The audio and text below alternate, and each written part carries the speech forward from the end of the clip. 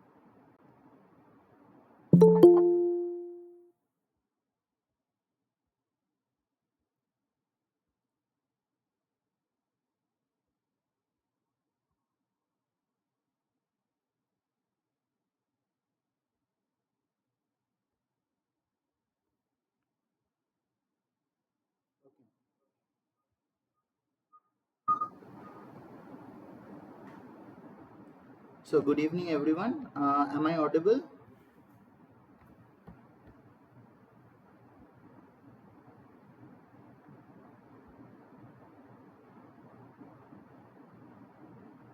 Hello. Am I audible to you all? Yes, sir. Okay. Okay. So good evening, everyone. Let me introduce myself to you first. So I am Srijan Sen from Indian Institute of Technology, Kharagpur, and I will be taking the live session on the course Fundamentals of Protein Chemistry that is being taught by Professor Shagata Dasgupta of IIT Kharagpur. And before I just go into the lecture slides, it's important to understand what this course will actually comprise of and all. So, but before that, so this live session will happen in, I think there will be three live sessions for this particular course. One will be on Friday from 6 to 8 o'clock. One will be on Monday and Tuesday from 6 to 8 o'clock on both the days. So you have the option of joining on all the three live sessions, or if you're busy on either of the days, you can join on any of these live session. Right? Okay. So I think a few more people are actually trying to join. Okay, but let us start. So those who are actually free on Fridays, you can join in this particular live session. I would be generally starting from 6 o'clock. So yeah, maybe 5 minutes here and there. Okay. So for the people to join, right? So this course, Fundamentals of Protein Chemistry, if you look into the entire, so this is a 12-week course actually, and it will provide you mostly the in-depth study into the protein structure, function, the understanding of proteins and peptide bonds, and from getting an understanding into how the understanding of amino acids and the peptide bond formation from the basics of protein structure, folding. Then we will delve into the protein functions and ultimately purification of proteins via the different techniques. And then we will also learn a little bit about protein isolation and characterization via different techniques. Okay. After that, we will also study about the importance of metalloproteins and motor proteins, followed by a little bit of information on membrane proteins and the transport proteins that are very, very important for the intracellular activities. Then we will be also talking mostly about enzymes, that is also a part of protein, and we will study about their mechanisms, kinetics, and the inhibition with specific examples. And the later on, around the later half of the lectures will mostly comprise of the special topics of protein chemistry with protein interactions and all, and right, proteins, protein ligands, protein carbohydrates interaction, and a few of the special protein chemistry topics. So this is like a 12, so the entire of this thing is distributed in a 12-week course, and we will be talking mostly about in the different weeks, starting with the basics, and then we will go into the advanced studies and all. Okay. So is this if this is fine, so I guess this is fine with you all. So like I usually, how I go with the live session is, first I try to give a very brief understanding of what has been taught to you in that particular week, and then solving a few assignment questions, or you can tell a few question and answers that you might be very interested into for the upcoming exams those who are giving. For that, it will be very, very helpful.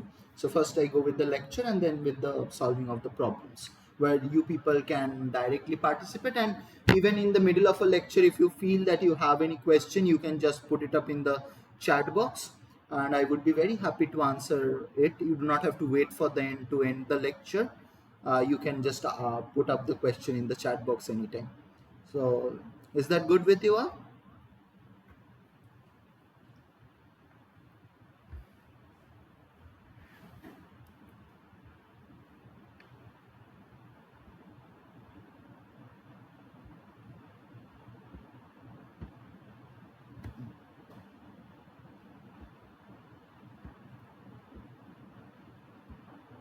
Okay.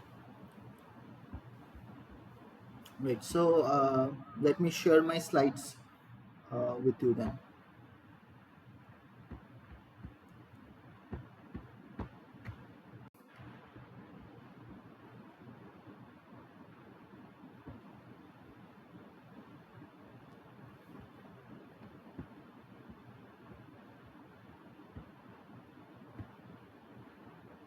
So, I guess my screen is visible to you all.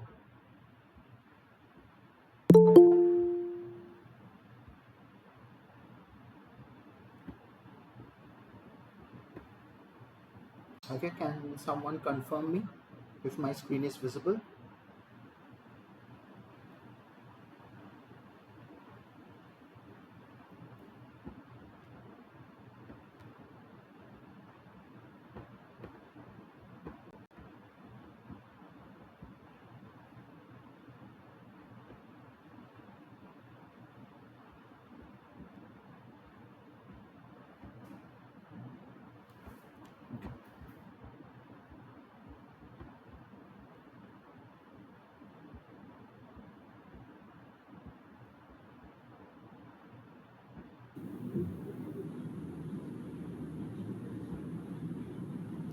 Okay. So this is basically our first class. So here mostly we will be talking about the basics of proteins and a little bit about the peptide bonds and all. A basic understanding about protein, about mostly amino acids and the different peptide bonds. A little bit about the PI determination of the amino acids and all. Okay. So if you just look into the structure of a particular amino acid, we know that we have a amino group because it's an amino acid. So from the name we can understand that the molecule contains an amino group and an acidic group where we have the NH2 and the COOH. That's the carboxylic acid group. So the basic structure of an amino acid looks somewhat like this, where you have an NH2 group, you have a C alpha carbon, and you have an acidic group. The alpha carbon is attached to one hydrogen, and then the other one is R. So what is R? It symbolizes the different types of functional groups that you can have at that particular position. Like for the example, for the simplest of the amino acid, which we know as glycine, which you all might be knowing, the smallest and the simplest of the alpha amino acid is glycine. So what does glycine have? So glycine, in place of this R is substituted with an hydrogen. So when R is a hydrogen, it's glycine. When it's a methyl group, when we have a methyl group in place of this R, we get a alanine. Like varying this R group, we can get different types of amino acids. So what are basically amino acids? So amino acids are monomer units from which long polypeptide chains of proteins can be formed.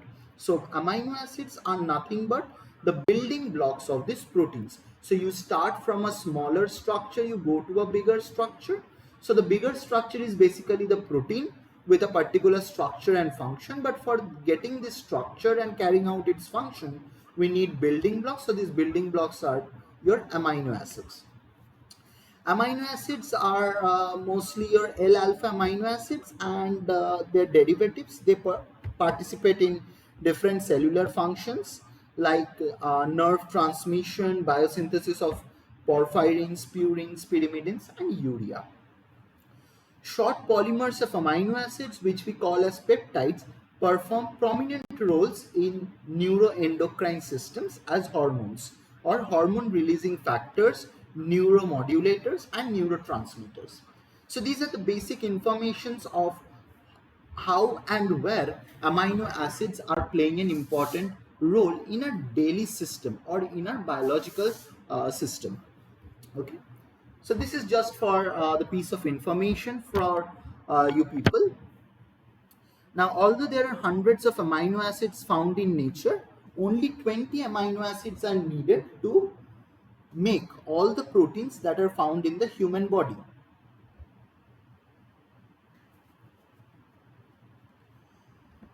Like, we do not require all the 100 amino acids,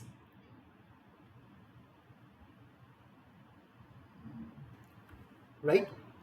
We require only 20 amino acids that are absolutely needed for making up or composing of the proteins that are required for the carrying out the different functions in our body. So based on or by changing only the position where we have an R in the alpha carbon, we can get like many amino acids, but among which 20 are very important for the function and the structure of the human proteins. Now among these 20, now we will be mostly focusing on the 20 amino acids, or only those amino acids that are very important for a function inside the human body. Now if we see at the structure of a glycine, and if we have an idea about the chirality and of a particular molecule, we know that what is chirality. A carbon atom has four hands, we can tell. Now these four hands can have different groups, different functional groups. When each of these hands have four different functional groups, we can call this molecule to be chiral. So that means that four different hands should have four different functional groups, and only then we can call a carbon atom or a particular molecule to be chiral. Now all amino acids except for the position of R where we have an hydrogen, that is for glycine. So for glycine, R is our hydrogen. Only in that case it contains a achiral carbon atom. But for other amino acids, all of these carbon atoms or all of these molecules are chiral in nature because the R group is not hydrogen, right? Now humans and other animals, in short, glycine is the only achiral amino acid. Right? Now, humans and other animals cannot synthesize 10 of the L-alpha amino acids present in proteins in amounts adequate to the support infant growth or to maintain the adult health. Okay. Now, based on this R group, so the R group is very important because we are actually concerned about that. Based on changing of the R group, we have come up with the 20 different amino acids that are absolutely play a very important role in the human body.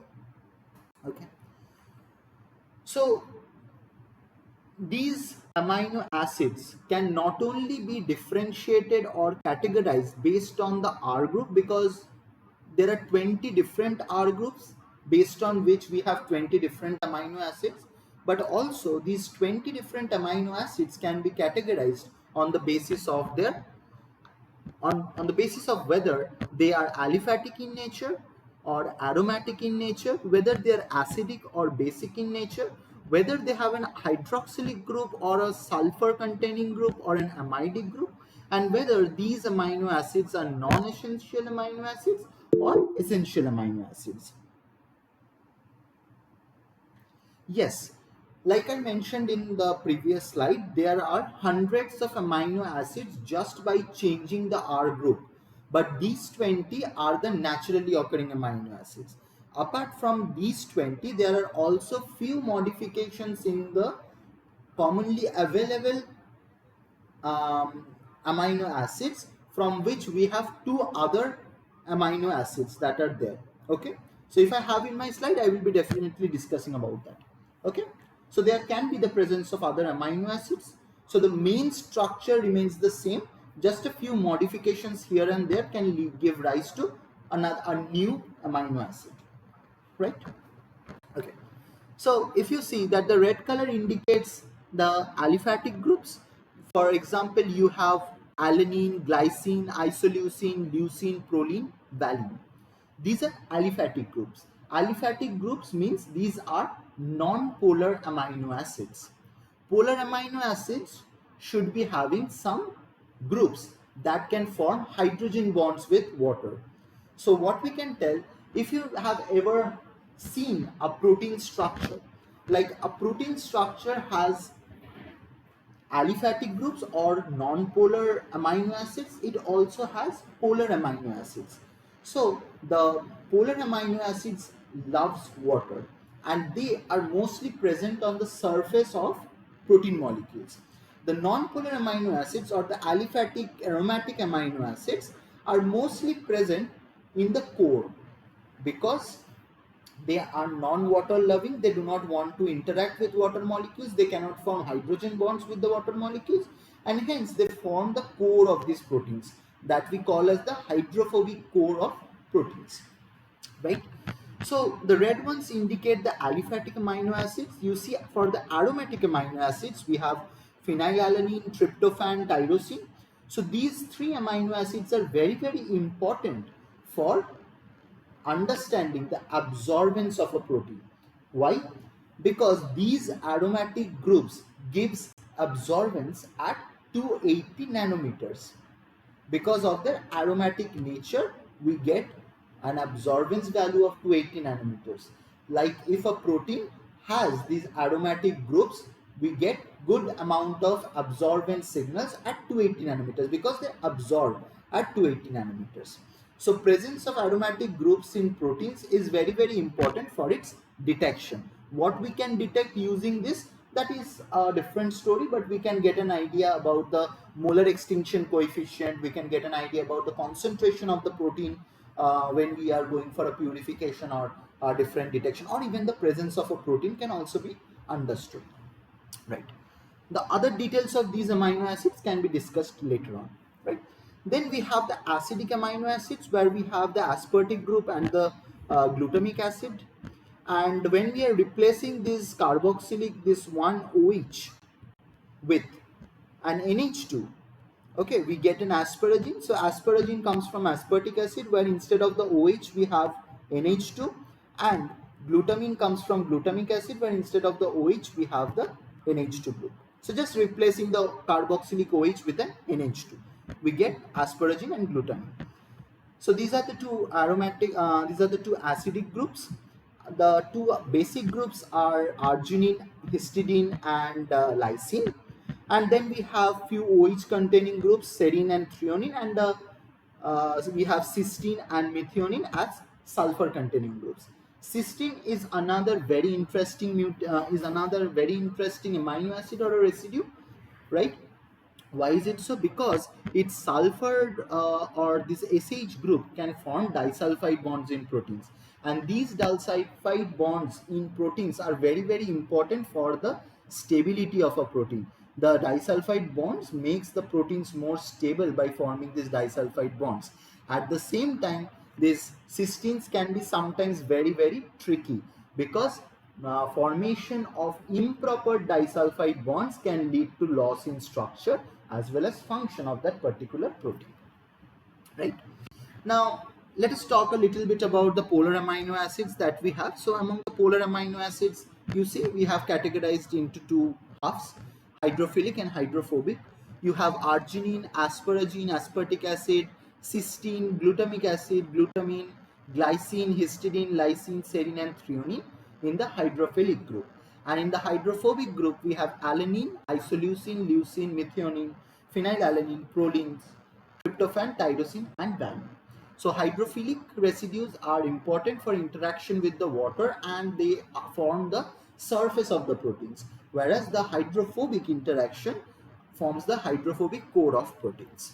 So mostly your acidic basic residues and a few neutral residues are there that forms the polar amino acids. So the polarity of an amino acid depends on the side chain. Polar amino acids make hydrogen bonds with other suitable groups like OH or NH2 group, and the polarity of amino acids affects the overall structure and function of the protein. Okay. Now, essential amino acids. So, what are essential amino acids? Humans can synthesize about half of amino acids needed to make the proteins. Other amino acids are called the essential amino acids that must be provided through the diet, which the body cannot prepare on their own. So the 10 that are essential amino acids and have to be provided from outside includes arginine, valine, methionine, leucine, threonine, phenylalanine, histidine, isoleucine, leucine, and tryptophan. So these are essential amino acids that has to be provided to the human body through the diet, and the body cannot prepare it by itself. Proteins that provide all the essential amino acids in the right proportions form the complete proteins. And examples of complete proteins is that we have in our daily meal. We have meat, fish, eggs, milk, etc. And about 50 grams of complete protein per day is required for in a adult diet. Okay. Proteins that are severely deficient in one or more essential amino acids are called incomplete proteins, because the human or the person is not getting the proper diet in the meal. Now, if the protein in the person's diet comes mostly from incomplete source, the amount of human proteins that can be synthesized is limited by the amounts of the deficient amino acids. So, if you're not providing the proteins from outside, the body has to prepare it, but there are certain limitations of in order to synthesize these amino acids inside the body. So, the person gets an incomplete diet, and that can lead to several kinds of diseases and further problems in the human body. Now, so this is about the structure of an amino acid, or how an amino acid looks. Based on how they look or how they appear to us, we have categorized them. Now we will be mostly focusing on the property of these amino acids. If we see, if we just understand from the definition, amino acid. So amino group is a positively charged group. The carboxylic group is a negatively charged group. Okay. So it means that this positive negative charge will have an effect in this particular amino acid. That leads to the acid base properties of amino acids. If we have an amino acid just in water, what will be the charge on the individual functional groups? That determines the charge of that particular amino acid in that particular solution having pH say neutral, right? So although we commonly write the amino acids as intact carboxylic group and amino group, but their actual structure is ionic and depends on the pH, like I was saying. The carboxyl group loses a proton, giving carboxylate ion. You have COO minus, and the amino group is protonated to an ammonium ion where we have NH3 plus. This structure is called the dipolar ion or a zwitterion. So what is a zwitterion? Zwitterion is that, or you can tell a zwitterion is that property of an amino acid to have a neutral charge in them, but the amino group is positively charged, or it's is having a +1 charge, and your carboxylic group is having a negative charge or a -1 charge. So the dipolar nature of amino acids gives them some unusual properties. So amino acids having high melting points, generally over 200 degrees centigrade. So glycine is having a melting point of 262 degrees. Then you have amino acids are more soluble in water than they are in ether, dichloromethane, and other common organic solvents. Amino acids have much larger dipole moments than simple amines or simple acids. Like for glycine, you see it's 14. The value is 14. For propylamine, you have 1.4, but for propionic acid, it is 1.7. Okay. Right. Now, amino acids are less acidic than carboxylic acids and are less basic than most amines. Because they are in a zwitterionic form, they have both the properties but at a limited scale. Okay, so they are less acidic than carboxylic acid, that is, they are shifted towards a neutral zone, as well as they are less basic than most amines, so they are shifted towards again the neutral zone. So they have a more or less, the pi varies between, for most amino acids you will see that the pi varies between 6 to 8. Now, because amino acids contain both acidic and basic groups, they are amphoteric in nature. That is, they have acidic as well as basic properties. The predominant form of amino acid depends on the pH of the solution. In acidic solution, the group is protonated to a free group, and the molecule has an overall positive charge. As the pH is raised, the proton is lost, and that's the first dissociation constant, or the first point of acid dissociation. Now, as the pH is again raised, the proton is again lost from the you say the amine group, and this is called the second acid dissociation constant, or the second point of dissociation. So say, for example, you have an amino acid like this. At lower pH, what happens? The carboxylic group is having the hydrogen, and your amino group is positively charged, so it is having a +1 charge. As you raise the pH, say above pH 2, what happens? The hydrogen from the carboxylic group is basically lost, and you see you have a NH3 plus followed by a COOH minus, and this is the state which you call as the zwitterionic state of that particular amino acid at a neutral pH. Now, as you are again increasing the pH slowly, at pH 9 to around 10, the hydrogen from the NH3 plus group is lost, and you get an NH2 group, and you see you have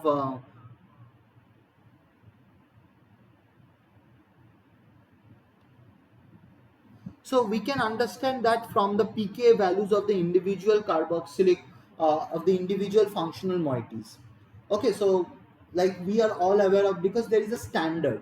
Okay, so if we compare against the standard, we know that these carboxylic acid groups, or the groups containing carboxylic acids, so the hydrogen, so basically the hydrogen of these functional groups, they have a particular pKa, or means it that at that particular pH that thing will be exchanged with water. Okay, so based on the standards we can understand about the pKa of the hydrogens. From there we can tell that when the pH is above that or when the pH of the solution is raised above the pKa of that particular ion, or so, or what so called, then that particular hydrogen or that particular group is actually lost or exchanged with water. Okay.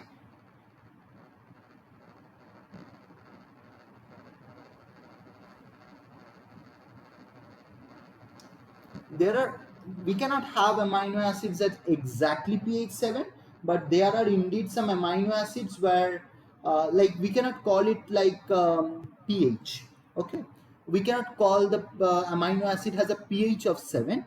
What we have, the term for amino acids is the pi, that is the isoelectric point. At that isoelectric point, the amino acid appears as a zwitterion. Okay, so most amino acids do have PIs of 6.6, like glycine. If you see histidines have a PI of 7.4. Okay, so we have close about, not exactly 7, and the pH equals to 7 is not the correct term we can use over here. Rather, we have to say that the isoelectric point of a amino acid is uh, whatsoever you tell, 7 or 7.4, 6.6, etc.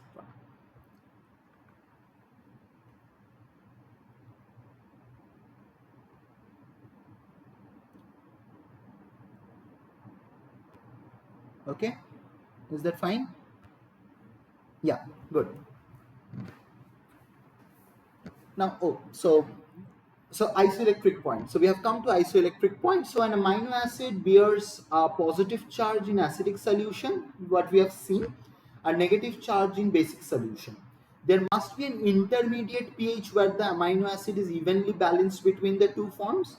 That is the point where the amino acid has a neutral charge. Neutral charge does not mean an NH2 group and a COOH group. It means it's in a NH3 plus form and a COO minus form. That is its neutral form. So the charge is neutral.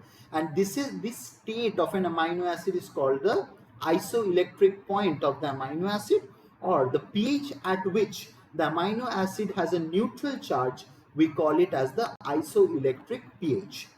So the side chains of amino acids and glutamic acids contain acidic carboxylic groups. So the amino acids have acidic isoelectric points around pH 3. The acidic solution is needed to prevent the deprotonation of the carboxylic group to keep the amino acid in its neutral state. So it literally lowers down the pI. For like basic properties, so the amino acids having the basic properties, you can see for histidine, lysine and arginine, the pI values are 7.6, 9.7 and 10.8 respectively. So arginines have very high pI values due to their high pK value of the side chain NH groups. Now these values reflect the weak basicity of the imidazole ring, the intermediate basicity of an amino acid and the strong basicity of the guanido group. So the basic solution is needed in each of these cases to prevent the protonation of the basic side chain to keep the amino acid state in neutral. Thereby it lowers down the pI to a neutral value for histidine. For lysine and arginine, the pI values are literally higher. The other amino acids are considered neutral with no strongly acidic or basic side chains. Their isoelectric points are slightly acidic, 5 to 6, because of the NH3 group is slightly more acidic than the COOH minus group, that is basic. Okay, so more or less the PIs of the other amino acids, apart from the acidic and the basic amino acids, it varies between 5 to 6. Okay. Now, whenever we talk of pH, we always have to include buffers, because we make buffers, we adjust the pH, we have to maintain the pH using buffers, because after all, proteins, like now we are speaking of amino acids, there are most amino acids that are soluble in water, some are not soluble in water, etc., etc. But these amino acids will all combine to give us proteins, structural and functional proteins. So proteins are not soluble in water because they are composed of both polar and non-polar amino acids. So we need particular buffers. So what are actually these buffers? A buffer is a solution that resists a significant change in pH upon addition of an acid or a base. That's a simple definition. So when you are adding HCl to water or NaOH, sodium hydroxide, to water, you will see that there is a very significant decrease or a significant rise respectively when you are adding an acid or a base. But to a buffer, if you are adding a small amount of an acid or a base, the change is close to being negligible, right? So it resists a huge change in the pH. That is what is the simple definition of a buffer.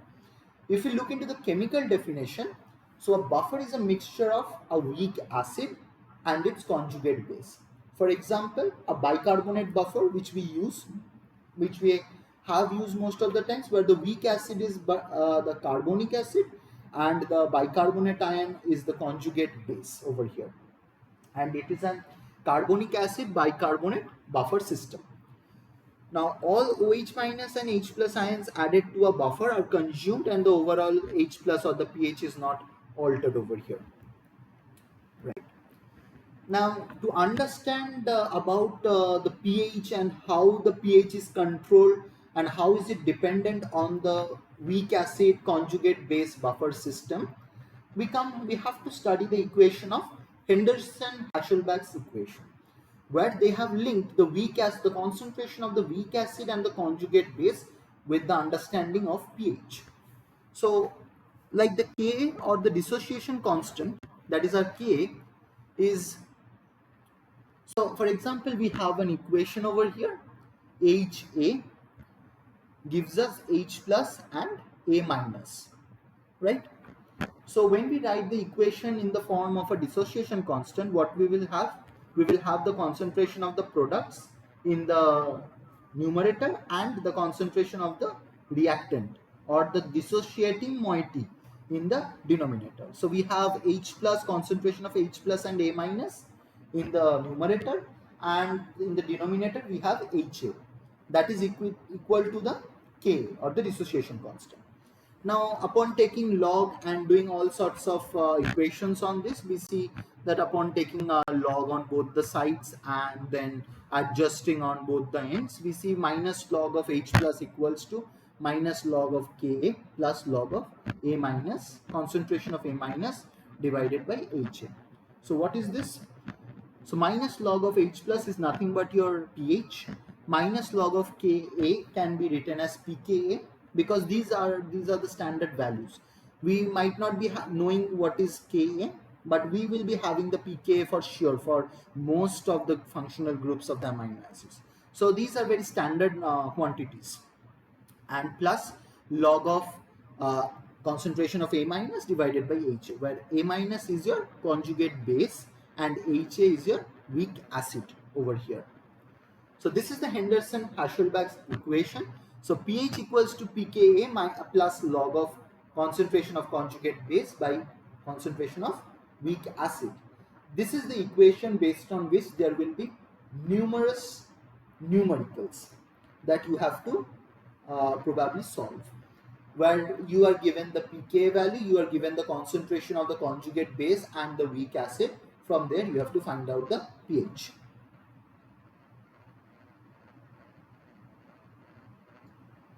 Like why do you even have to add a strong agent?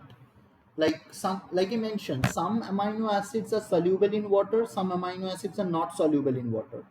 If you're keeping a mixture of the amino acids in say water, right, so most of them will be soluble, most of them will not be soluble. So because then they are acting individually, they are not present together. Like even if you do not have a buffer system over here, like I understand probably the strong agents you mean by the buffer system. If that is so, you do not need to add a buffer system in amino acid. If you have just water, say pH of 7, some amino acids will be soluble, some will just simply not dissolve and will be insoluble. It will just move out of the solution.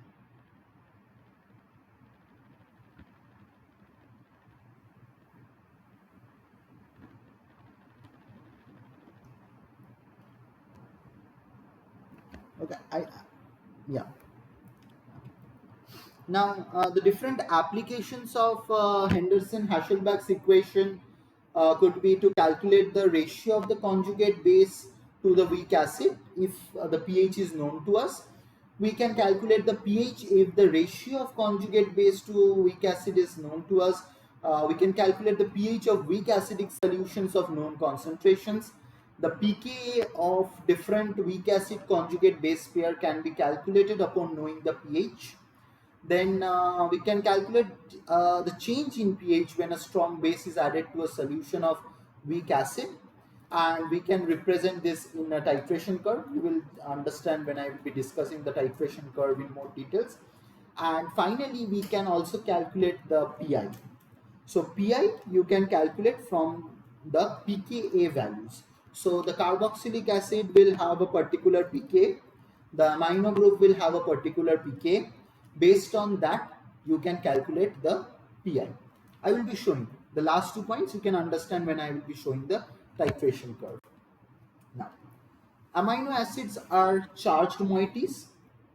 Some have an acidic charge, some will have a basic charge, okay, at different pH. Now, now electrophoresis is just creating the differences in the isoelectric points to separate mixtures of amino acids. Like you have a mixture of amino acids and you are adding you are putting it in under a electric current, and you are letting the amino acids resolve. So a streak of amino acid mixture is placed in the center of a layer of acrylamide gel or a piece of filter paper wet with a buffer solution. Two electrodes are placed in contact with the edges of a gel or a paper or on a separating medium.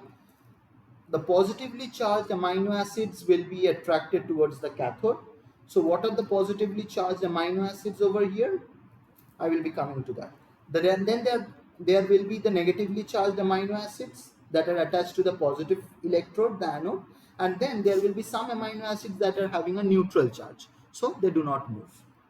Now, for example, let me say I am using a buffer solution of pH 7 and I have successfully been able to dissolve all the amino acids. So it's a very simple electrophoresis. You do not need an apparatus like that. You can name it just electrophoresis. It does not have a particular name.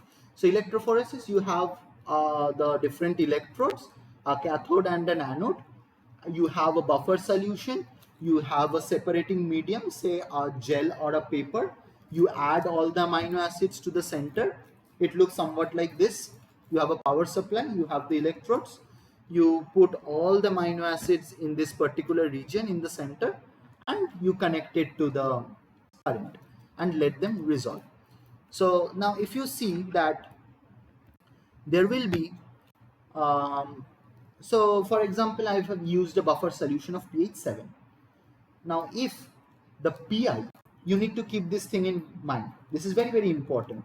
Like if the pH is, or let me say like this, if the pi of that amino acid is higher than the pH, what does it mean? For example, arginines, lysines, etc., you have the pi of these amino acids are around 9 to 10 and you have used a pH, a buffer of pH 7. What does it mean? The pi is higher than the pH. It means that the amino acids will be positively charged. If the pi is greater than the pH, the amino acids will be positively charged. If the pi is lower than the pH, the amino acids will be negatively charged. So at neutral pH, acidic amino acids are negatively charged. At neutral pH, the basic amino acids are positively charged. It means what is it? So you have a mixture of alanine, lysine and aspartic acid. You see aspartic acid that is negatively charged moves towards the positive charge, that is the anode, and you have lysine that is positively charged that moves towards the cathode. Amino acids that are neutral in nature will show no mobility. Okay, because it is not about the individual pIs, it is also about the pH of the solution that you are adding these amino acids to. Now, so this is the titration curve of glycine. Let us understand how the titration curves look like. So you have, say, the glycine, it is in the form of a powder. You dissolve it in a solution where the pH is 0. We cannot have a solution of exactly 0, but a very acidic solution. You add a lot of HCl to it to make it soluble, okay? And you bring down the pH to, say, 0, okay? So you have all the glycine molecules at 0 and you start adding OH minus, that is in the form of, say, potassium hydroxide or sodium hydroxide, and you start increasing the pH. When the pKa, so at very low pH, what happens? All the glycine molecules are positively charged, that is +1. Just when the pH touches 2.3, that is pKa1, you will see that the half of the molecules, so at this particular point, half of the molecules will be having a charge of +1 and half of the molecules will be in the zwitterionic form. That is, this particular hydrogen will start exchanging with water because you have reached that pK of 2.3. Now just as you increase the pH, you will see that there is a sharp increase, and then at this sharp increase you will see that at pH 6, all the molecules of glycine are in the zwitterionic form, such that it means that all the hydrogens of the carboxylic acid have been exchanged with water. As you keep on increasing the pH, this particular hydrogen will also be exchanged, and you will be having a charge of -1 at pH greater than 9.6. So what does it mean? It means at lower pH, the glycines, all the glycines are at +1. At pKa1, half of the molecules have a charge +1 and half of the molecules have a neutral charge. At Pi, the charge on the amino acid is 0. Now as you increase at pKa2, the second dissociation constant point, or the second point, half of the molecules will be at charge 0 and half of the molecules will be at -1. Okay, and just as you keep on increasing the pH, say you go to pH 10, 11 or 12, you will see all the molecules are in -1 charge. So how does it move? You move from +1 to 0 to -1, and this exchange from +1 to 0 or 0 to -1 is the Pi. So my +1, 0 and -1 is the stage from where you can calculate the Pi. So what do you have? What knowledge do you have from here? You have the knowledge of the pKa, right? So how did I get this isoelectric point? You know the pKa1, that is 2.3. You know the pKa2, that is 9.6. So what does this play a role? From +1 to 0, that is pKa1. From 0 to -1, that is pKa2. So Pi is equal to pKa1 plus pKa2 divided by 2. So like over here, 2.3 plus 9.6, that is around how much is it coming? 10, 12. So it is coming around 12 divided by 2. So the Pi is 6. Okay. Now, so this is for a neutral amino acid, and this calculation is applicable for all neutral amino acids. It is very simple. If you have the knowledge of pK1 and pK2, you can simply calculate the isoelectric point. But the story is a little bit different for charged amino acid. Why is it so? Because there is an additional functional group in the side chain. So either the side chain has an extra carboxylic group or an extra amino group. If we look for glutamate or the glutamic acid, what does it have? It has an extra carboxylic group in the side chain, right? So you see the structure over here.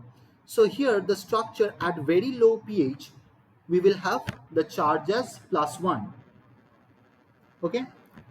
Now as we increase the pH and move ahead of pK1, we will be having a neutral charge because the hydrogen from the alpha carboxylic group is lost. Okay, so the backbone carboxylic group is basically lost. So from +1 we have moved to 0. Now if we keep on increasing, the side chain carboxylic group will also start losing its hydrogen. Okay, because this particular hydrogen is less acidic than the backbone hydrogen because of its present surroundings and all. So this hydrogen is less acidic and will start losing it, say, after 4.25. So now we have moved from +1 to 0 to -1. If we keep on increasing the pH a bit more, you will see that the hydrogen from the amino group is also lost, and you are getting a charge of -2. So what do you see? From, like, for a neutral one, you have +1 to 0 to -1, but for an acidic group, what you have? From +1 to 0 to -1, then you have -2, right? Because you have two negative charge over here. So what will be the Pi over here? The case remains simple. You have to move from +1 to 0 to -1. So the pK1 is +1 to 0. The pK2 will be your 0 to -1. Over here, the pK2 is pKr. So pK1 plus pKr or pKr divided by 2. So the pi will be 2.2 plus 4.3, that is 6.5, around 6.5 divided by 2, so that will be 3.25. Therefore the pi of glutamic acid is 3.25, right? For basic amino acids, the case is just the opposite. So the thing that is happening is same. First you have plus. So when at pH 0, you have plus 2 because there are two amino groups. Okay. So there are two amino groups. So the charge will be plus 2. So you have plus 2. Then you move on increasing the pH. You have plus 1. You go to 0, the zwitterionic form, and then minus 1. You can see the structures over here. This is the first structure.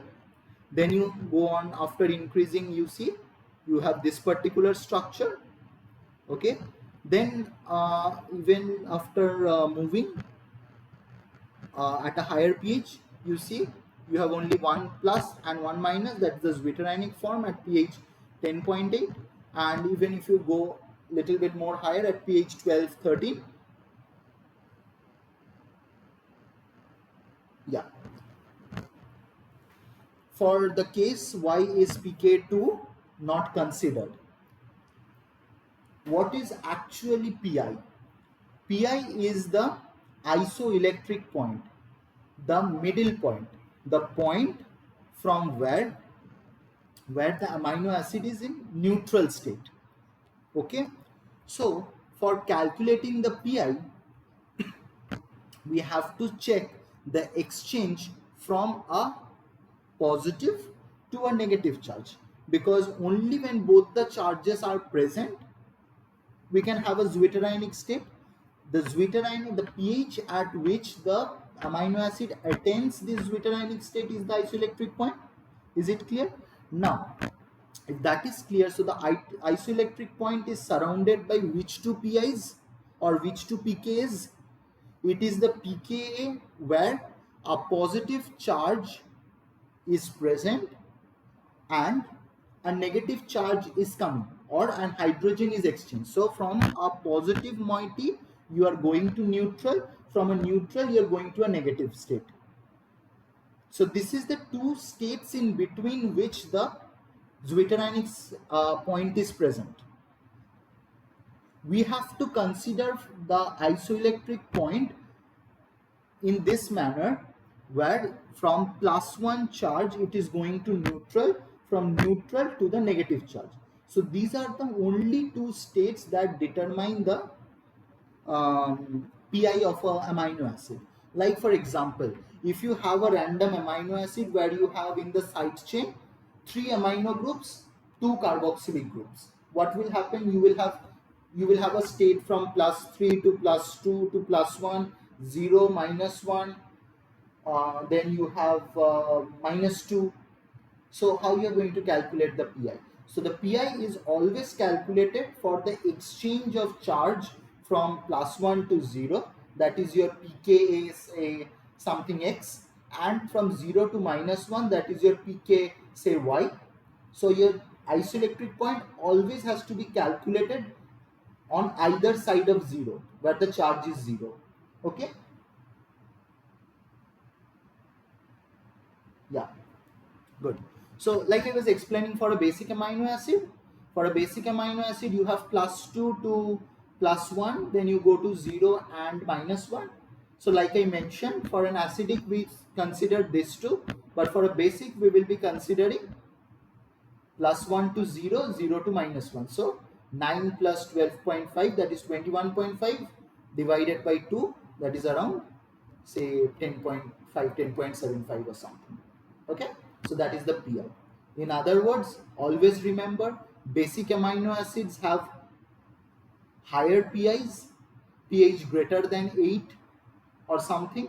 The acidic amino acids have lower PIs, PIs less than 5.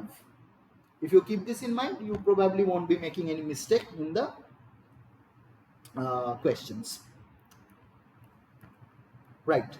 Now, for the detection of amino acids, there are specific wavelengths. For UV radiation, the wavelength is around 220 to 380 nanometers. And for a visible radiation, we all know that the wavelength ranges from 380 to 780 nanometers. And substances can absorb varying amounts of UV or visible radiation at particular wavelengths. Colored compounds absorb energy in both UV and visible region of the electromagnetic spectrum. And the substances that are used can be liquids, solids, and the measurements are made with instruments called the spectrophotometers or spectrometers, and uses so we require very less amount of sample for the detection and so on. Now, so why is it important? Because we have an incident light of intensity I0 that passes from the sample. Like, the detection is very important to understand whether we have anything in that particular sample or not, or is it just simply water, because in a biological system everything is like very much transparent. We cannot understand whether it's a buffer, whether it's a water, or is it a protein molecule. Okay, so for that the detection is very important. Like I mentioned previously, the aromatic amino acids are critical for providing the absorbance to a particular protein or the amino acid. So you have an incident light of intensity I0, you pass it through a particular sample, you get back the intensity of IT. So what is the transmittance that has happened? Transmittance is the ratio of intensity that is transmitted divided by the incident or the original intensity I0. So the percentage of transmittance can be simply calculated by IT by I0 into 100. But the transmittance value cannot give us any information. What information can we get is from the absorbance. So absorbance has to be specified. So absorbance is the negative logarithm of transmittance, that is minus log to the base 10 of transmittance. So absorbance is minus log to the base 10 of IT by I0.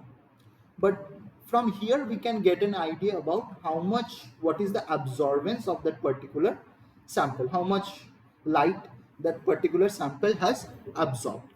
But what am I going to do with this particular absorbance?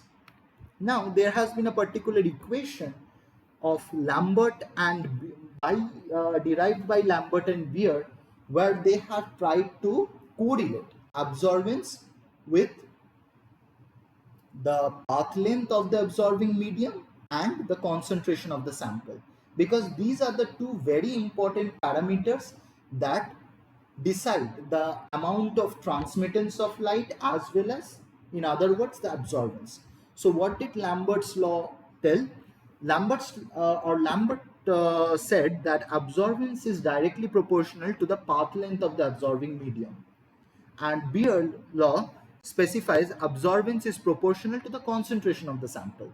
When you combine these two, absorbance is directly proportional to the concentration of the sample as well as the path length. If we keep the path length of the sample to be constant, that is very easily possible using some specified length of cuvettes or instruments or containers that can be used to measure the absorbance. The path length can be simply eliminated. Like if we using a cuvette, so what are these cuvettes? So cuvettes are made of some quartz material and all, and you have put the sample in that, you allow the light to pass through it, and then you get an absorbance reading. Okay, so if the path length of that particular cuvette is 1 centimeter, the length remains constant throughout, just you have to focus on the concentration, and that is what we do. So but this is a proportionality, so we have to add a constant. So this constant is known as molar extinction coefficient. So in other words, absorbance is equal to molar extinction coefficient multiplied by concentration into the path length of the absorbing medium. If we just eliminate the path length by putting it at 1 centimeter, we have only the molar extinction coefficient that is constant for a particular protein or a particular amino acid, because most of these amino acids won't be having a molar extinction coefficient. The molar extinction coefficient is only applicable for aromatic amino acids. So only we have the molar extinction coefficient and the the concentration. So the more the concentration, the more will be the absorbance, right? Now, so okay, I will be coming into the details if anything more is required. So the unit of molar extinction coefficient, so absorbance is unitless, concentration has a unit of, you see over here, moles per liter, right? And the length is centimeter. So molar extinction coefficient is mole inverse liter, or mole inverse centimeter inverse per so you have liter per mole per centimeter. Okay, and in other words, you can also write, if you have if you want to exchange the units and all, you have 1000 centimeter square mole inverse. But this is the most commonly used um, formula that you will be finding, where you have mole inverse liter centimeter inverse. Okay, that's the most commonly used unit for a molar extinction coefficient. Now you see that absorbance is equal to molar extinction coefficient into concentration and the path length. So absorbance should have a very linear relationship with concentration. So when you are plotting absorbance versus concentration, keeping the path length constant, you get a very nice linear relationship starting from the origin of 0, 0. And from here you can prepare a calibration curve. Depending on the amount of concentration that you have obtained, you can get an idea about the concentration, or if you know the concentration, you can get the absorbance. But mostly what we do is we require the concentration. So just by drawing this linear linear relationship, it's very easy to understand the absorbance at that particular wavelength. So at 300 nanometer, if we are getting say absorbance of 2, so maybe this is the point, and the corresponding concentration may be 0.5 moles per liter. So that makes a lot of sense. And in other ways, E and L is constant, because L is 1 centimeter, that's a constant path length, and the molar extinction coefficient is dependent on the composition of the amino acids. Now, this is a little bit about the polypeptide chain. So what is a polypeptide chain? So this is a peptide bond. So what's a peptide bond? So you have NH2, you have a carboxylic group. So the OH from the carboxylic group and the H from the NH2 group is lost via a dehydration reaction, and a bond forms between the carbon and the nitrogen. So the bond between the carboxylic carbon and the nitrogen is the peptide bond, and when you join these peptide bonds, you give rise to peptides, or these bonds are also called amide bonds, and this gives rise to peptides. You can attach as many number of peptides as you want. Okay, so that will give to say 6 more peptides, 7 more peptide. That means it has 7 or 6 amino acids. Now the number of water molecules that is basically lost is 1 minus the number of amino acids that are attached. Okay, because for 2 amino acids, if there are 2 amino acids that are forming a peptide bond, it means 1 molecule of water is lost. So if 4 amino acids are forming a peptide bond, it means 3 amino acids, 3 molecules of water are actually lost. 1 molecule of water lost is equivalent to the formation of 1 peptide bond. Now, if you have a cyclic peptide where it does not have a free N and C terminus, then the number of water molecules lost is equivalent to the number of cyclic peptides that are formed. 4 peptides, the entire thing is cyclic, so 4 molecules of water lost. So the characteristics of this peptide bond, you see that these are covalent strong bonds. They have a partial double bond character. That is, so the distance is not exactly like a double bond or a single bond, rather it is somewhat in between, like 1.32 angstrom. It is rigid and planar, and the peptide bond prevails the trans conformation of the neighboring alpha carbons to prevent any kind of steric repulsion and all, and side chains are free to rotate on either side of the peptide bond. So the trans conformation is the relevant conformation among the peptide bonds. There are different types of bonds that you can observe in a protein molecule, because these peptide bonds form one by one to give us a long polypeptide that folds and gives us a protein molecule. So for a protein molecule, there are different types of bonds. You have covalent bonds like the peptide bond and the disulfide bonds that is formed between the two cysteine molecules. Non-covalent bonds are mostly hydrogen bonds, the ionic bonds.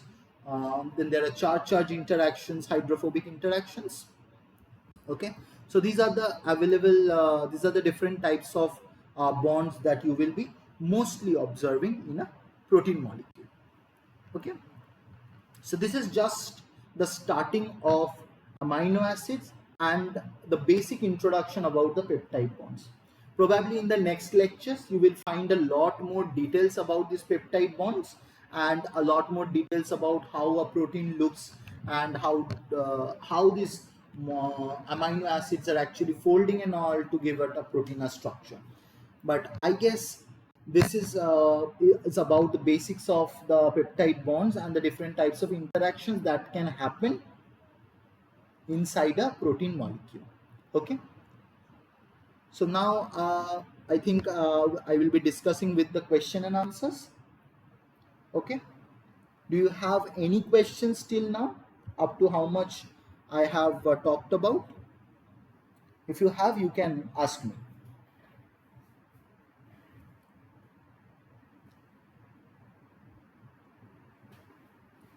If you have just any doubts, you can just simply ask me.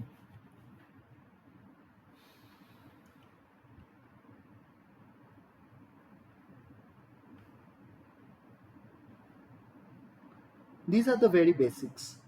You need to know all these informations to go into the advanced level or the applications and all.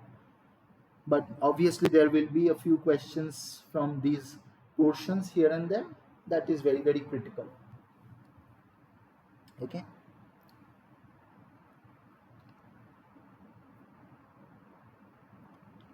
Any questions?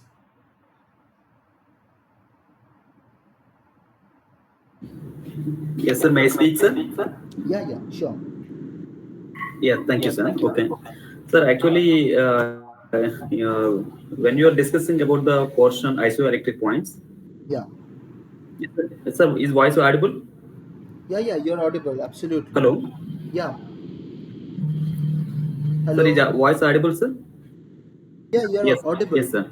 Yeah. When we were, yes, sir. When we are discussing about the isoelectric points, so my doubt is that, for example, I have a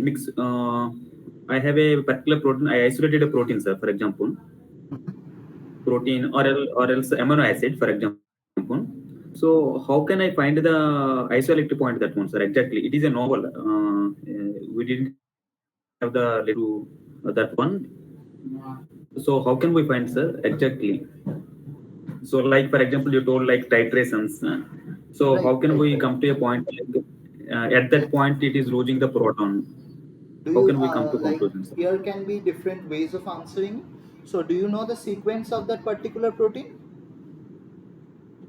Uh, our sequence novel sequence, yes, Sanger's method we can use.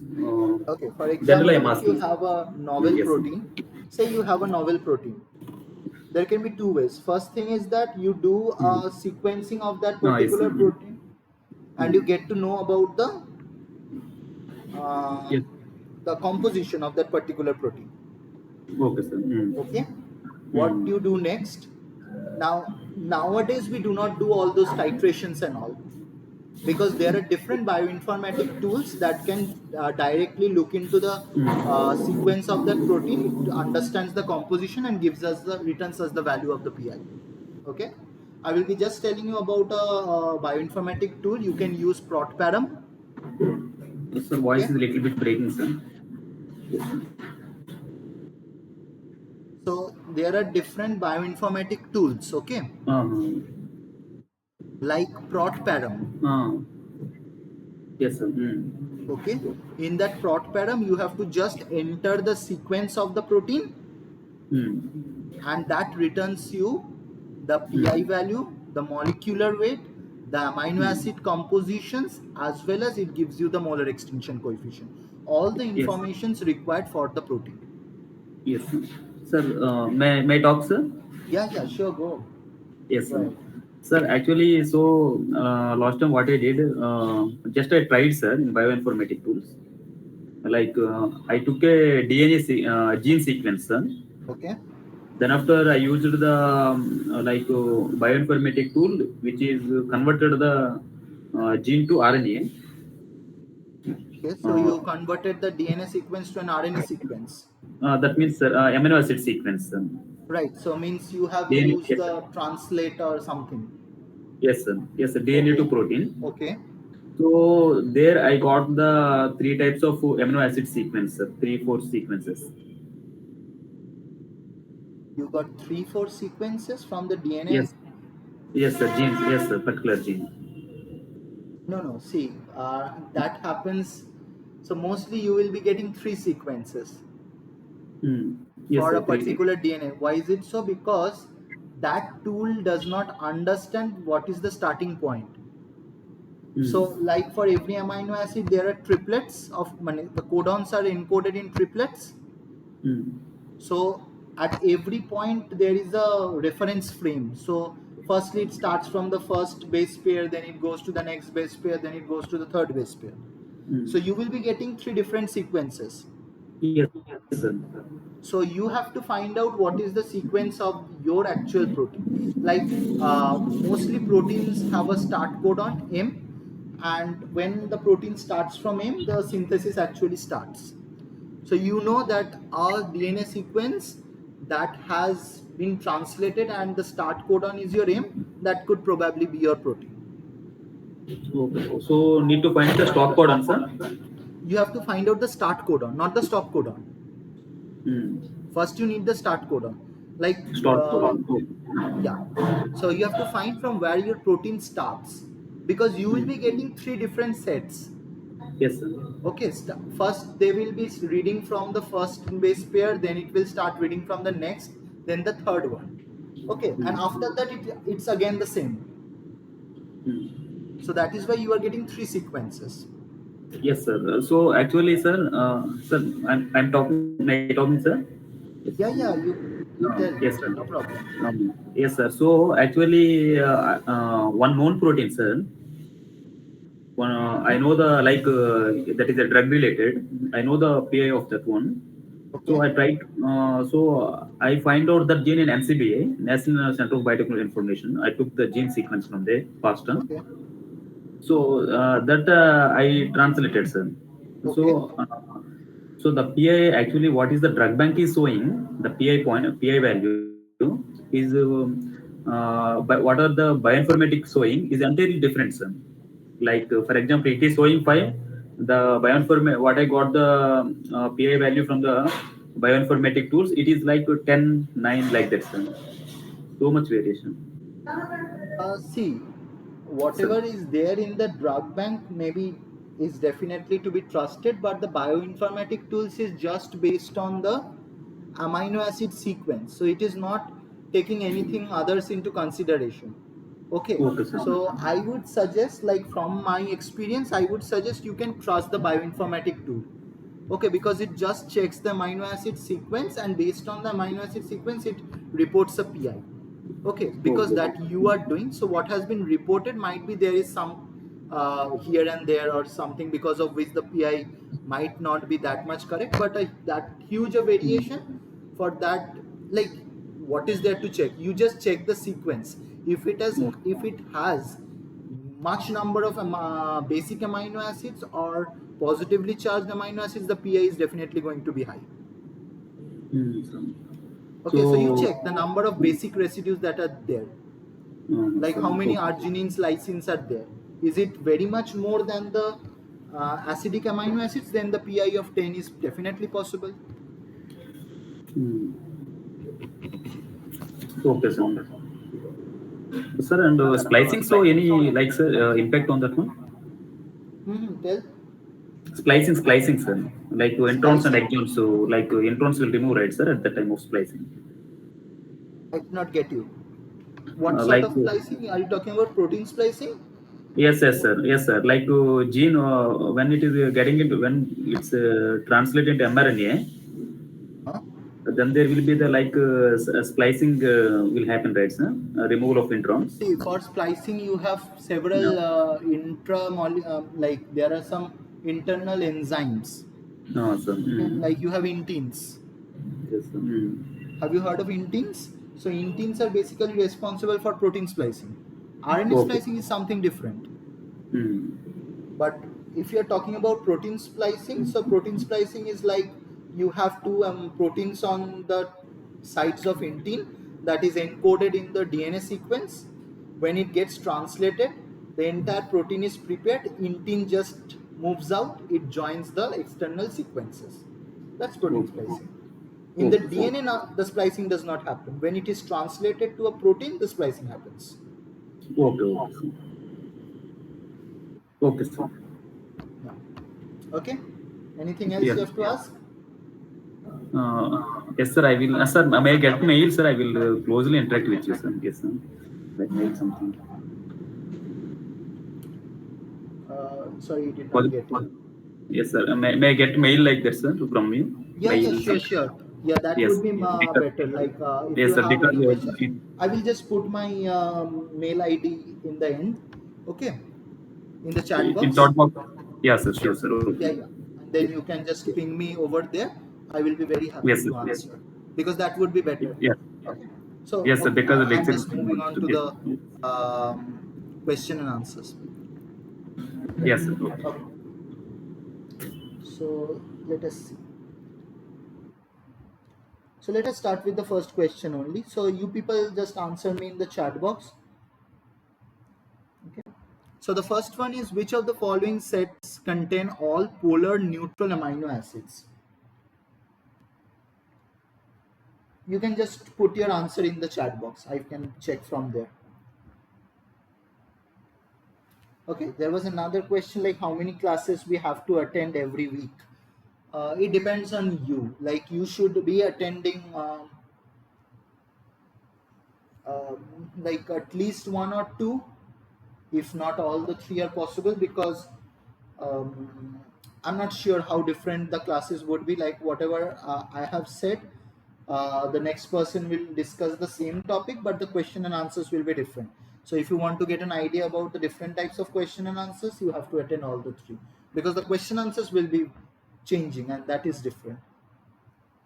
Try to attend as many as possible, because every person has a different type of teaching and a different type of information the person provides. Maybe you can learn something new, so try attending them. It's not very long and you will be learning. Okay. Okay, so the first question, which of the following sets contain all polar neutral amino acid residues? Your answers, then I will be probably saying these are very easy, not very tough.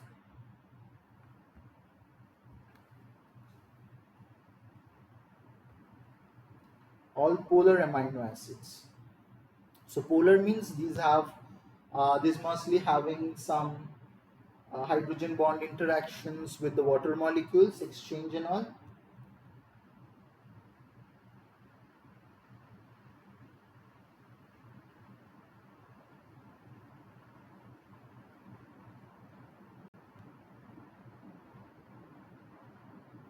So let us see. So we had this slide, one slide. Where do we have it? Yeah. So you see, we have a glycine, we have an asparagine. Yeah. Okay. Correct. So option A is correct. Yeah. So you have given option A. That's fine. Project, sir. Right. The next one is the following sulfur containing amino acids are found in proteins. So which pair contains the,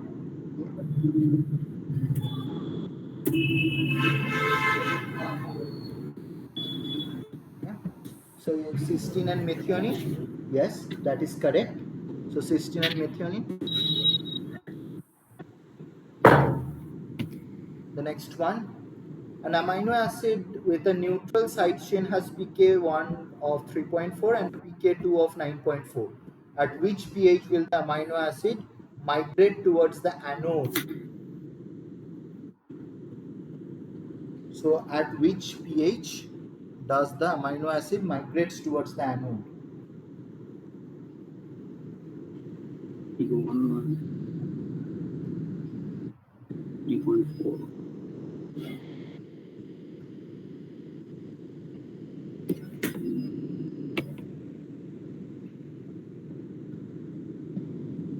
Okay.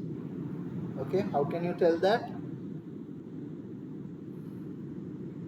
An amino acid with a 3. neutral side chain, pK1 and pK2 is given. So the pi is, what is the pi? That is 12.8 divided by 2, that is 6.4. At which pH will the amino acid migrate towards the anode? So what does it mean? So the pi is 6.4. At higher pH, the protein will be negatively charged. So higher than 6.4, that is 7.4. So A is the correct answer. Now the next one, the titration curve. So the answer is given, but yes, you can try. The titration curve for arginine is shown below. Which of the following ionic structures would be expected at pH 8?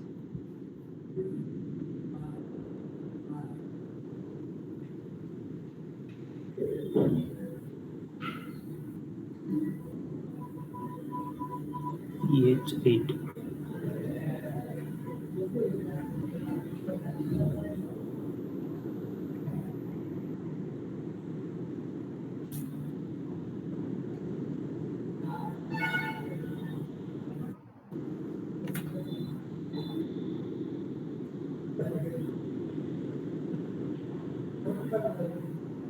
So what you can see over here, at lower, at point 0, both will be positively charged. So this is at point 0. As you increase the pH, what happens? This is the uh, this is the point. The pH is NH2CO minus. because it's at pH 8. At pH 8 means one of the hydrogens have lost, and the another hydrogen will not be lost before pH 9. So at pH it is somewhere this. So that means it is in the zwitterionic form. So mostly option D will be relevant over here. No, absolutely.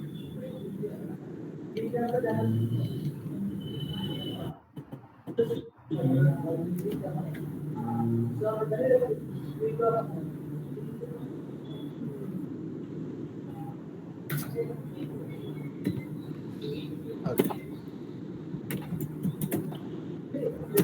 The next one, the two amino acids have R groups with a negative net charge of pH 7 R. So which two amino groups have a negative charge at pH 7?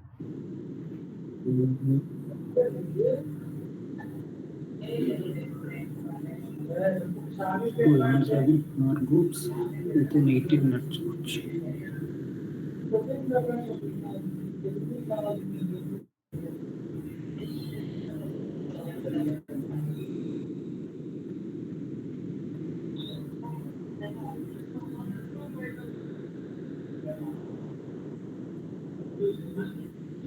Aspartic glutamic is C.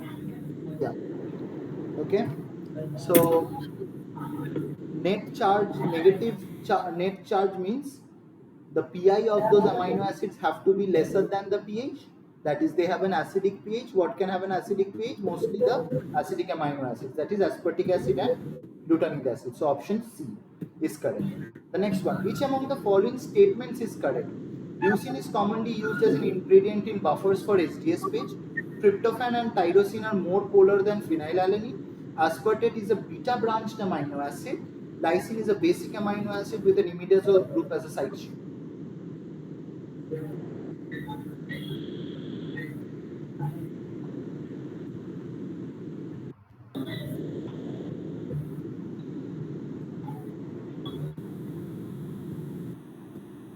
Tryptophan and more polar than phenylalanine. Aspartic beta glycine is basic. Which is commonly used in tryptophan. Aspartate is beta branched. Basic amino acid with imidazole group.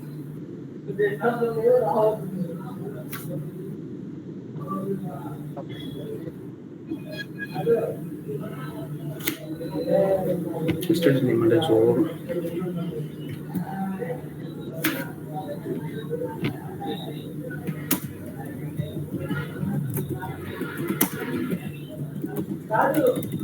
Yes, tryptophan and tyrosine contains the indole and phenol respectively as the side chains, whereas what do you have for phenylalanine? It has a benzene ring. So tryptophan and tyrosine are more polar than phenylalanine. So option B is correct.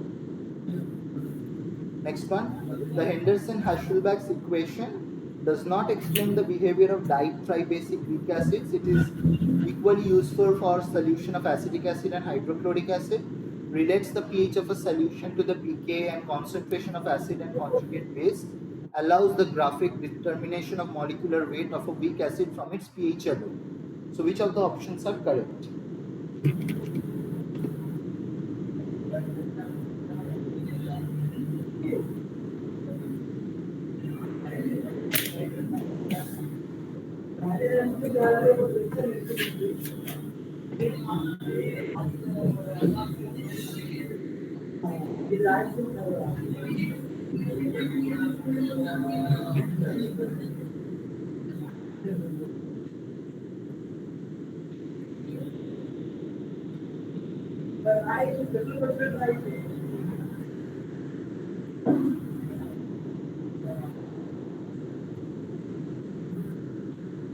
Spelling A does not explain the behavior of di or tribasic weak acid.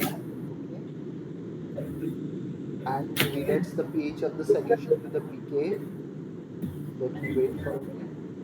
Like if anyone else wants to answer.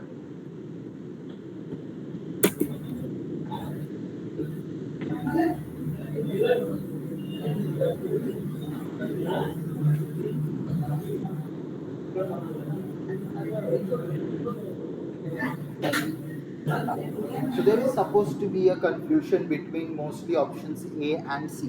We all know that for two, like if we look into the first one, the third one is definitely correct. It relates the pH of the solution to the pK and the concentrations. What about the di and tribasic acids? It does explain.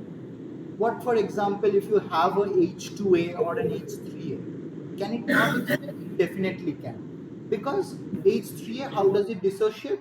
It dissociates in the similar manner as a basic acid. Just when you're putting the values of a weak acid or a weak base, you have to use like H3A is equivalent to your 3H plus concentration of A minus. So the 3H plus will go into the power. So the concentration of H plus to the power 3. So you can definitely explain di and tribasic acids. So does not explain is not correct. It does explain. And number 3 is also correct. So yeah, right.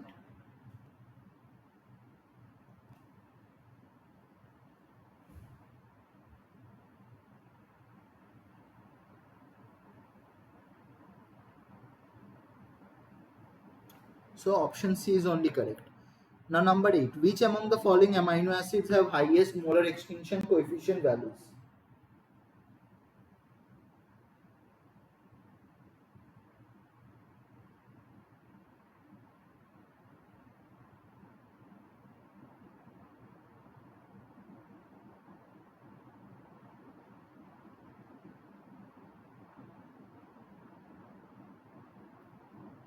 Tryptophan, phenylalanine. So what does the molar extinction coefficient basically depend on? It depends on the actually the aromaticity of the particular functional group. If you look that for a tryptophan, the aromaticity is more, so the molar extinction coefficient will be more than uh, for tyrosine or phenylalanine. So for tryptophan, it is the highest.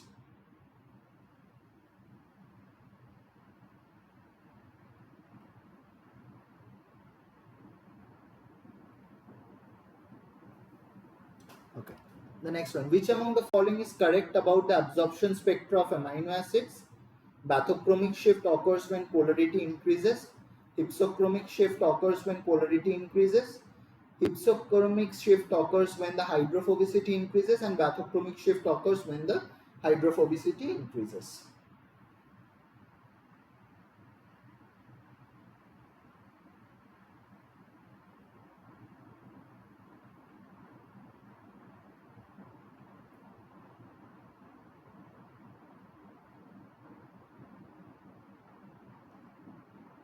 So how can you answer this? So see, due to the increasing polarity, what is happening? The conjugation is reduced. So the polarity increases, the conjugation reduced. And when the conjugation reduces, the energy gap between the two shells or something is basically increased. So the energy gap increases with reduced conjugation, and conjugation is reduced with increasing polarity. So when the energy gap is basically increased, what happens? It results in a blue shift. That is, the band positions moves to a shorter wavelength, and we get a hypsochromic shift. So hypsochromic shift occurs when the polarity increases. How? Polarity increases, conjugation reduced. Conjugation reduced means energy gap increased, and it results in a blue shift. Okay. Now the next one. Which among the following has or have the most chiral centers? So what are chiral centers? A carbon bond with 4 different functional groups at its 4 ends. So which has the most chiral centers? Isoleucine, serine, tryptophan, threonine.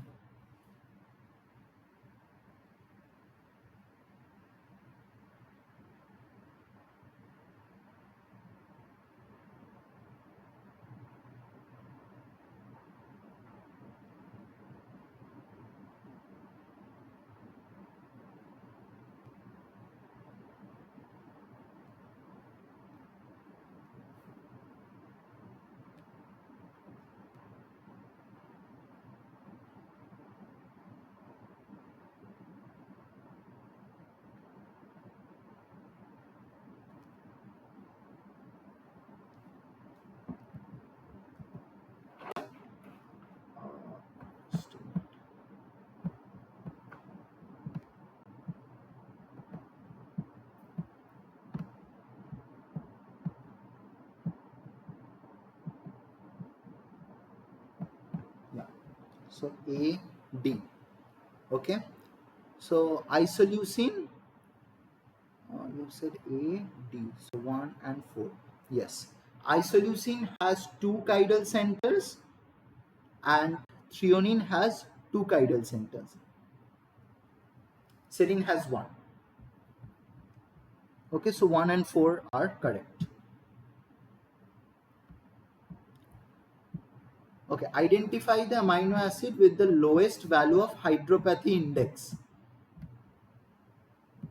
Lowest hydropathy index.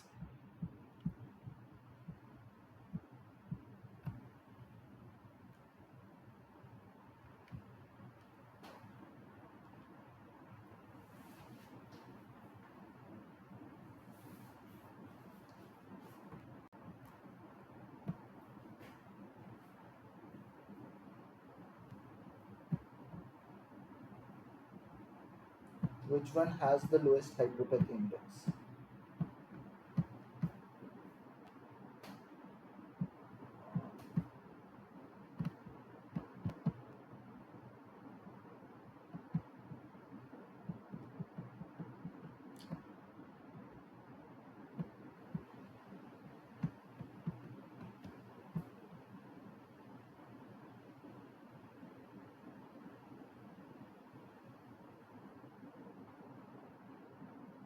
Lowest hydropathic index means, what does lowest hydropathy index mean?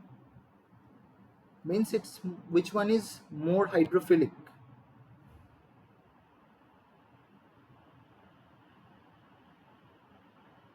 D.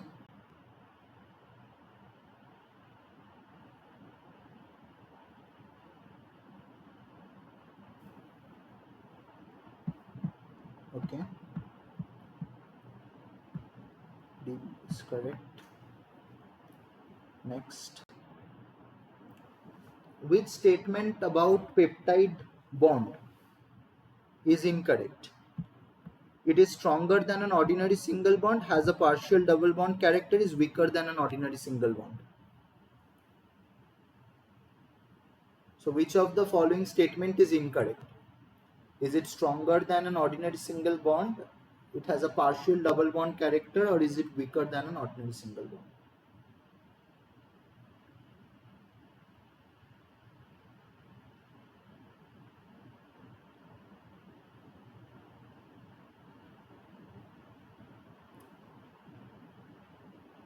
Yes. No, it is stronger than an ordinary single bond and it has a partial double bond character. Number 3 is incorrect. That says it is weaker than an ordinary single bond. So option C is the means number 3 is the only incorrect option over here. Okay. Now let us try.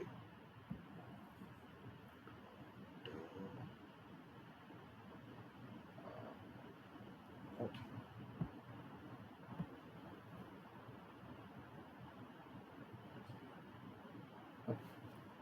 Now, a peptide containing 85 amino acids have a molar extinction coefficient of 39,260 and having a molecular weight of 10.2 kilodaltons. If the peptide has 4 tyrosine and the absorbance value of 0.393, calculate the number of tryptophan and the concentration of the protein solution.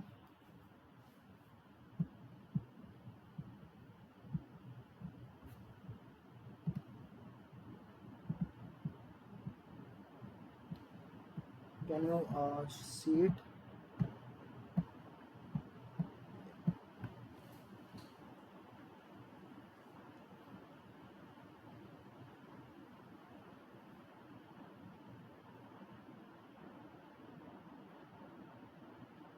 So how you are going to do this? You see, the molar extinction coefficient is given. So what is the molar extinction coefficient? It is the total of, so see the individual extinction coefficients have been given over here. For tryptophan it is 5690 and for tyrosine it is 1280. So it has been said that there are 4 tyrosines. So 4 into 1280, whatever number is coming, you have to subtract that from 39260 divided by 5690. You will be getting the number of tryptophans. Okay, so 39260 minus 4 into 1280 divided by 5690, you will get the number of tryptophans.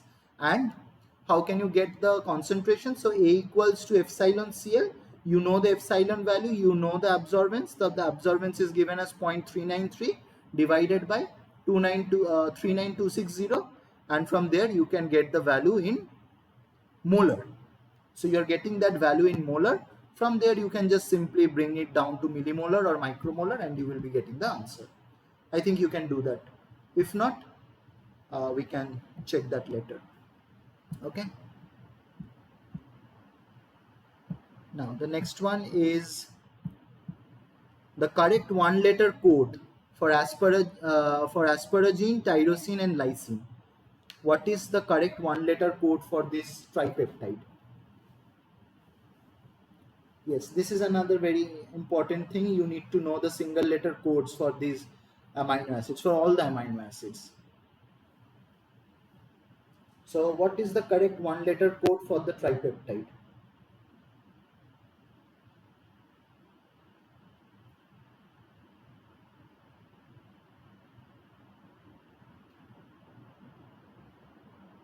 Anyone who can tell me this?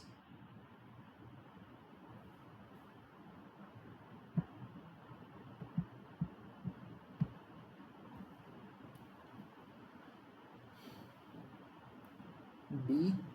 No. For asparagine, it is N. For tyrosine, it is Y. For lysine, it is K. So NYK. Okay. So what you are telling B, that is ATL. That is A is for alanine, T for threonine, and L for leucine. Okay. So if you look into the table, anyways, I will be sharing my slides and it will be uploaded in YouTube. So you can check from there.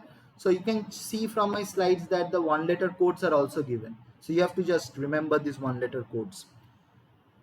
Okay, like D is for aspartic acid, Y tyrosine, K lysine, and then W is for tryptophan. Okay, and the last one. So which, okay, so you have to find out the phi, psi, and the omega. So which bond is what?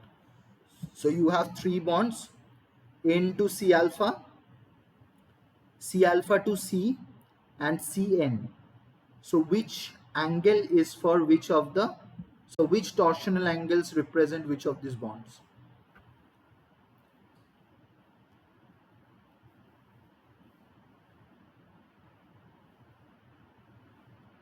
Okay, so what are these torsional angles? So these are represented mostly like this, but this is a planar structure. Okay, so this is like a four bond. So four atoms connecting through the bonds, and this is the angle between the, it's not, so this bond is basically playing a role of a notebook. So you open the notebook and you close the notebook. So the angle between the two pages is basically the torsional angle. It's like that. So in each of the corners you have the atoms attached. So you have the, it's a line over there, and then it's like a notebook. So the angle between this. So the angle between N and C alpha, it is phi. The angle between C alpha and C is psi, and the angle between the peptide bond, it is omega. So that is option B. Okay, remember, N to C alpha, that is phi, C alpha to C, that is psi, and C to N, that is omega. Okay.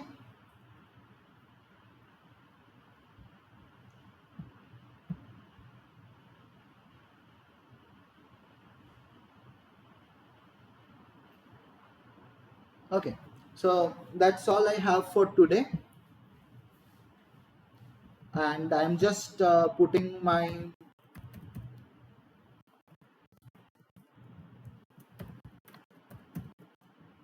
email ID. Okay,